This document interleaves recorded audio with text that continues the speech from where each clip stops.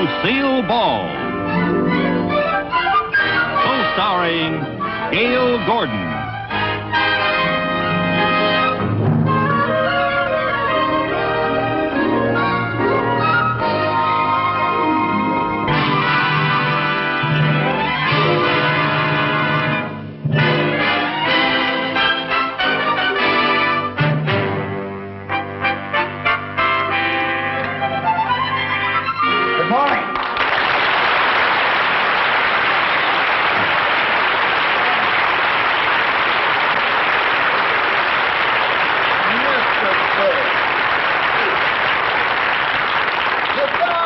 Mr. Burns, now then, what can I do for you? I stopped by to pick up my dividend statement. Ah, yes. Well, my secretary has your file. She'll be right back. Fine.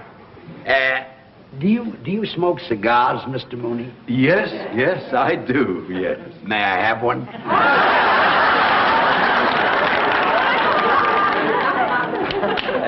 Thank you. Jack Benny always pulls that on me. Very fun. Well, you know, some actors have to be on all the time.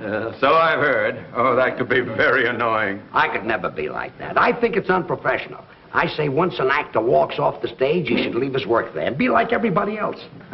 Very commendable. I've learned to relax, like Irving Berlin said in that song many years ago. Lazy, I want to be lazy. I want to just lay in the sun with no work to be done. Yes, I remember that. Ooh, under that awning they call the sky. It was a very stretching and yawning and let the world go drifting by. Yes, well, I want to peep in the deep tangled wildwood, counting sheep while I sleep, like a childhood, with a great big valise full of books to read while it's peaceful, while I'm killing time, being lazy now, Mr. Mooney.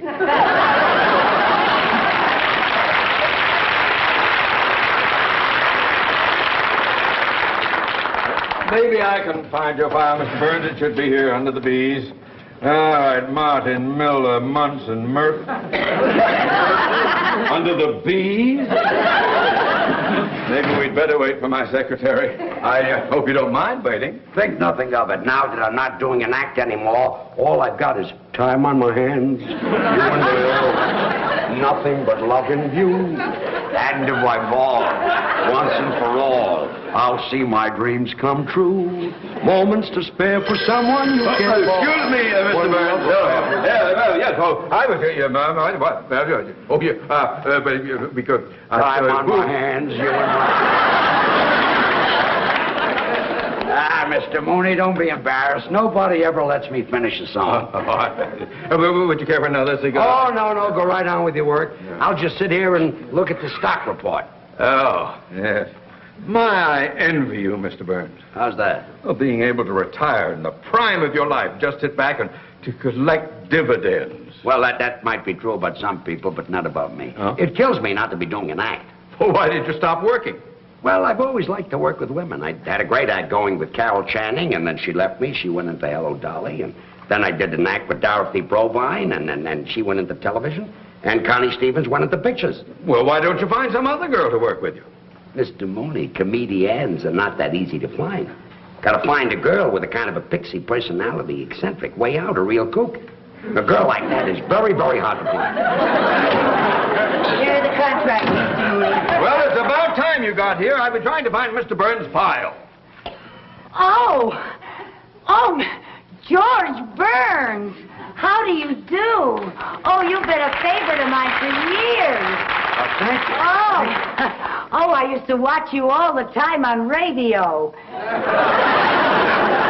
You watched me on radio? I mean, I used to listen to you on television. Listen to me on television? Yeah, that was the year my picture tube went out. You should have gone back to watching me on radio. Oh,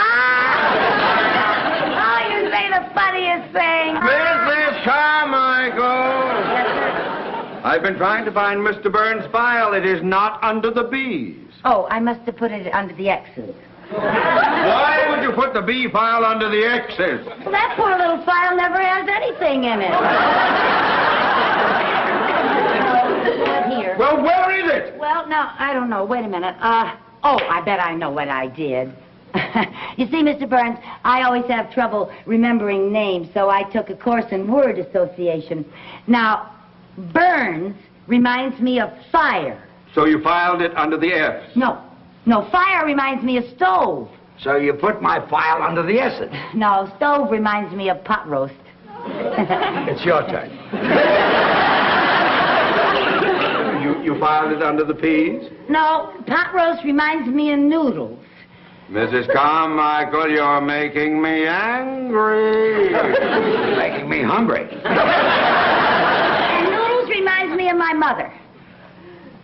It's your turn. Noodles remind you of your mother? Yeah, she made the best noodles, and I'll bet that's where I put your file. Under noodles. No, under gravy. Mrs. Carmichael, I don't know what I'm going to do with you. I know what I'm going to do with her. Start a whole new career. Mrs. Carmichael. Yes, sir. Have you ever thought about going on the stage? Oh, my life. How would you like to do an act with me? Oh, Mr. Burns, you can't be serious. I know it. That's why I want to get back on the stage. Oh. What do you say? Oh, well, that's very nice of you, Mr. Burns, but I couldn't do that. I couldn't quit my job here. Why not? Because it wouldn't be fair to you, Mr. Mooney. You need me. Good help is hard to find. Well, I'd be delighted to start looking. Now, Mrs. Carmichael, this is a great opportunity for you to make a lot of money. Yes, I know it does sound like a wonderful opportunity. Yeah. But... Oh, and you know, today, my horoscope said that my whole future was going to take a turn for the better. So did mine. How much would I make? Well, it's unprofessional for an artist to discuss money. Oh. That's usually handled by your agent or someone who handles your financial matters. Oh, well, Mr. Mooney usually handles all my financial things. Yes, and I'd be delighted to represent you in this matter. Would you? Yes, indeed. For the customary 20%. 10% is customary. Oh, 10. Oh, yeah. Well, you see, I'm new to show business.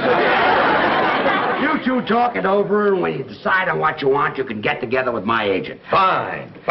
Here's my address. Be at my apartment tonight, and we can start rehearsing. Your apartment? Nice and quiet there, and nobody will bother us. Well, I hardly know you, Mr. Burns, and going to your apartment, you in show business and all. Mrs. Carmichael, you don't have to worry about a man like Mr. Burns. She does, too. I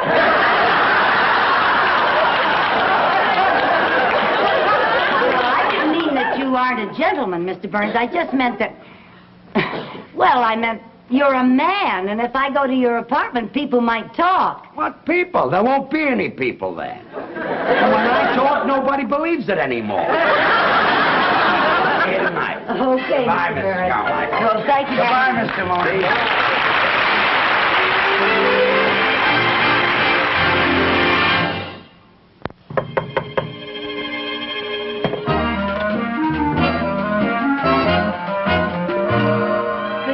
Good evening. Come on in. Thank you.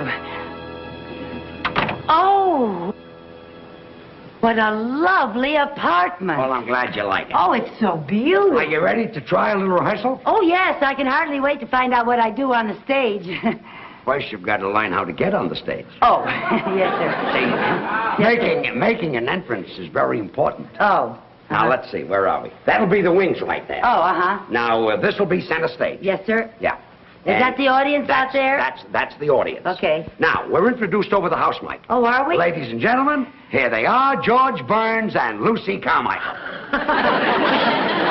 Now, the orchestra plays our entrance music. Oh, what is our entrance music? Some of these days. Oh! Now, let's make our entrance. Let's go into from the over here. Now, you walk out just like I do. Yes, sir. Okay. Yes, sir. Now, here they are, ladies and gentlemen, George Burns and Lucy Carmichael. Now, there's music, and I'm walking out, and I'm bowing, and I get to the center of the stage, and when I get to the center of the stage...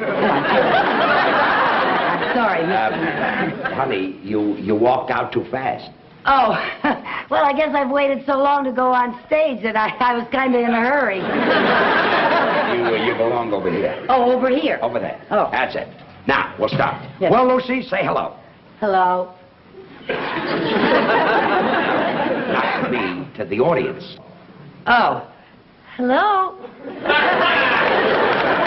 Don't look down at the audience. The people in the back can't see you. Oh. Hello. Now, I'll tell you a little trick. Especially when you're new and you might be self-conscious. You look out at the audience, but you don't see them. You sort of look past them. Oh. Well, now, well, Lucy, say hello. Hello. Very good. Oh, thank you. Do that again. Hello. What's that? What is that business? Oh, a little curtsy. Yeah, well, I saw Ginger Rogers do that on the Late Late Show last night.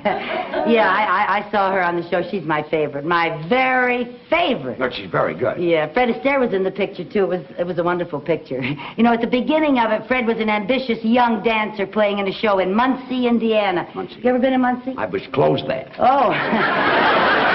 Well, Ginger Rogers is one of the chorus girls in the picture, and Fred's up there dancing away, you know, and Ginger's in back of him kicking with the girls, you know, and she accidentally kicks Fred. And the people laugh, and Fred is very embarrassed, you know. And then the girls go off stage, and Ginger starts for her dressing room, and Fred comes off stage, grabs her, and starts bawling her out. And that poor little thing is on the verge of tears. She's hurt? Not her, him. Oh, him. It hurt where she kicked him. Oh. And he tells her she's nothing but a clumsy clown with 2 left feet. And he calls her a no-talent nitwit. And then she calls him a swell-headed nincompoop. Yeah, and that's when they realize that they really love each other. It always... So, later that night, he goes over to her apartment to apologize for bawling her out, you know. And he knocks on the door. He knocks on the door. If that's Fred Astaire, I'm giving up cigars. Come in. Oh, good evening. Nice to see you. Hope you don't mind my dropping by. I suppose you came by to transact a deal. Yes, I did, and to see how my client is getting along. Well, we've been rehearsing a little bit. Yeah, Mr. Burns is teaching me how to say hello. Hello. Oh, my, that's very good. You'll be worth a lot of money, this girl. Well, I don't discuss money. You'll have to talk to my agent. Hello. Yeah, no more. Hello? Save it until after we've made a deal. By the way, Mr. Mooney, I hope you don't think I'm taking advantage of you. How's that? Well, show business is new to you, and you'll be dealing with a man who's had a lot of experience in theatrical deals. Well, what's the difference? Money is money, and after all, a man with my vast banking and financial experience, it may be that your agent will be the one who is at a disadvantage. Oh, no. My agent is very good at money matters. Oh? Excuse me. Yeah. Hello? Mr. Burns, your agent's calling. Good, put him on. Hello, George. This is Jack. Just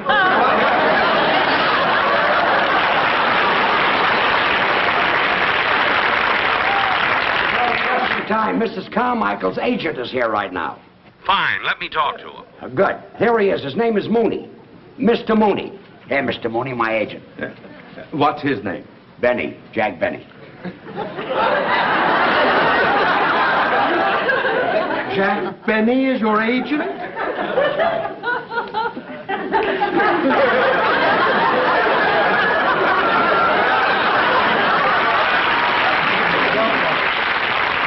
We'll be fair to you. We will not. I'll handle this. You just get us booked someplace. I got you a break-in date for tomorrow night at a club in Santa Monica. We open tomorrow night at a club in Santa Monica. Oh, that's wonderful. Great. The bookers from Vegas will be in to see you, so I hope the act's good. Don't worry, she'll be fine. I mean you.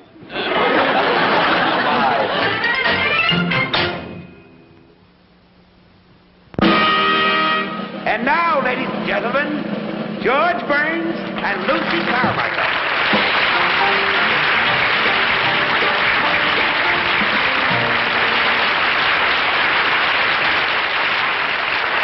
Lucy, say hello.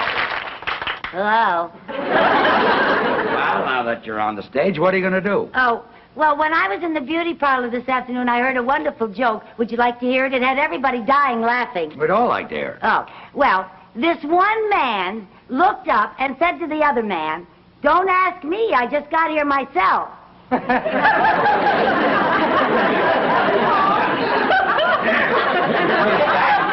Is that the joke? Well, there was some stuff ahead of it that I didn't hear. That's the line that they were dying laughing at. I wouldn't tell that if I were you. Too old? Oh, yes, it's been kicked. Oh. Let's talk about your brother. Oh, which brother do you want to talk about? The one that's married or the one that's in love? The tall one. Oh, yeah. Well, that's my brother Harry. He's with the FBI. Your brother's with the FBI? Yeah, they picked him up in Kansas City. So the FBI picked him up. Well, they had to. He couldn't pick himself up. Loaded again. Yeah. Poor Harry. Hasn't your family ever tried to do something about his drinking? Well, we sent him to a psychiatrist, and the psychiatrist worked and worked to get to the bottom of Harry's drinking. And finally, he found out Harry's problem. What was it? Harry likes to drink. Well, we all have our reasons. I think Harry drinks to forget. Forget what? That he's a kleptomaniac. He's a kleptomaniac. Harry was always going into stores and taking things, so you know what my mother did? What? Well, she took some adhesive, and she taped his hand shut all but this one finger. Taped his hand shut all but that. Why? Well, so he could play marbles with my other brother. You can't play marbles with one finger. Well, Mother did that to even up the game. You see, Harry didn't have all of his fingers, and my other brother didn't have all of his marbles.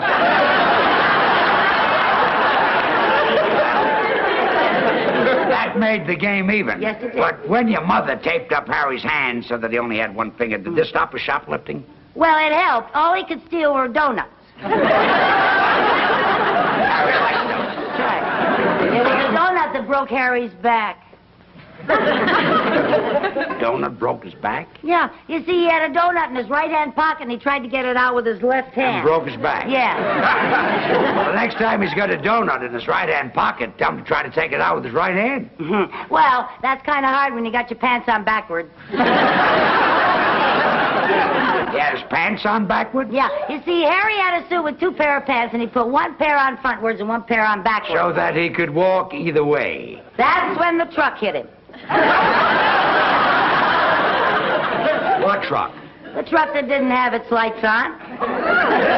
Well, why didn't the man in the truck have his lights on? Well, he didn't have to. It was daytime. Well, if it was daytime, didn't the man in the truck see your brother coming? He didn't know it was my brother. Oh, he saw two pair of pants coming toward him, and he drove right between them. Well, that's our music cue. And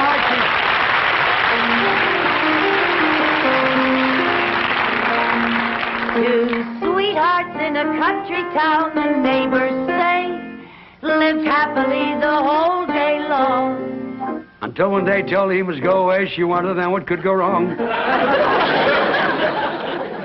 He said, you know it's true, I love you best of all, and yet it's best if we should part.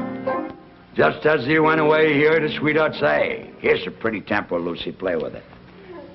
Although it broke her heart, Some of these days, yes, some of these days, you'll miss me, honey. you're gonna miss me, honey. Some of these days, Yes, one of these days, you'll feel so lonely. you'll be feeling oh so You'll lonely. miss my You hugging. used to love it when I'd hug and You'll squeeze you. miss my kissing. You'd ask for more, and I You'll tease miss you. me only You want me only when you go away. when you're a million You'll miles. feel so lonely. In the evening when the sun goes Just down, for me only. I'll be on the other side of For town. you know, Oh, honey, you know, baby, you had your way. that you went and had your way. And when you leave me, Here's I know 'twill grieve you me. can bet you're gonna be full of sorrow. Your blue-eyed baby, some of these days.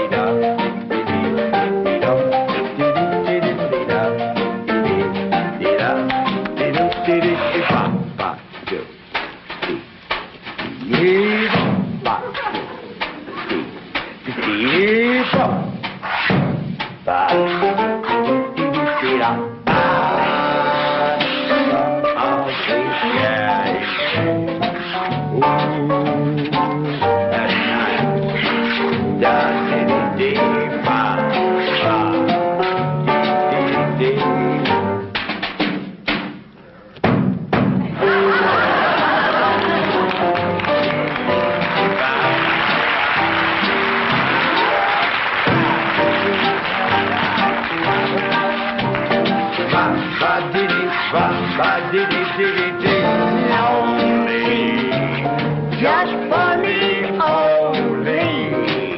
Cause you know, honey, that you've had your way. That you've had your way. And when you say goodbye, wipe that tear from your eye. You're gonna miss your baby.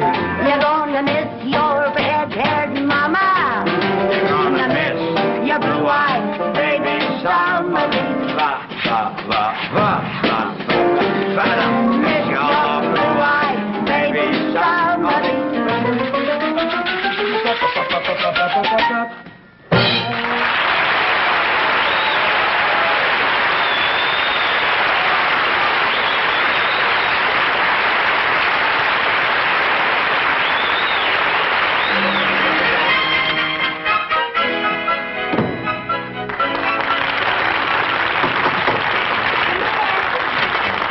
Lucy, you were just great. Thank you. Everybody out front is talking. Carmichael, I couldn't be more proud of you. Oh, Mr. Mooney, that's the first time you ever kissed me. Well, banking and show business are different. You know, this girl is sensational, and the men from Las Vegas have offered $10,000 for the act. $10,000? They'll go as high as 15 if you won't sing. We'll take the 10. Did you hear that, Lucy? We're going to Vegas. Oh, that's just wonderful. You know, this is like what happened to Ginger Rogers in that picture last night. The producer saw her on the stage. She got an offer to go to Vegas, but she'd been with Fred so long that she didn't want to be... Oh, Mr. Burns, I can't go. Why not? Oh, because I can't leave Mr. Mooney. But I want you to go. Oh, no, you don't. You need me. I don't need you. I want you to leave. Oh, I couldn't leave you any more than Ginger could leave Fred. Not even when Fred pretended to be mad and said things that were very nasty to make her mad. Mrs. Carmichael, please get it through your head. I want you to go with Mr. Burns. My life would be happier without you. Happier! That's just what Fred said, because he didn't want to stand in her way. But Ginger knew that Fred needed her, just like you need me, Mr. Mooney. Now. Mr. Burns, but it just wouldn't work. I couldn't be funny out on the stage thinking about Mr. Mooney back in the bank trying to get along without me. Mr. Mooney, you must be a wonderful man. How do you inspire such loyalty? I don't know what I've done to deserve this. Well, I hope you're not mad at me, Mr. Burns. What for? This is the story of my life. But what about the engagement at Las Vegas? Well, now that I don't have a girl, I guess we'll have to pass up the $10,000. Oh, I'm just awfully sorry about it, but, you know, Mr. Burns, Mr. Mooney has... What are you doing? If you think I'm going to let $10,000 go down the drain, you are crazy. Some of these days...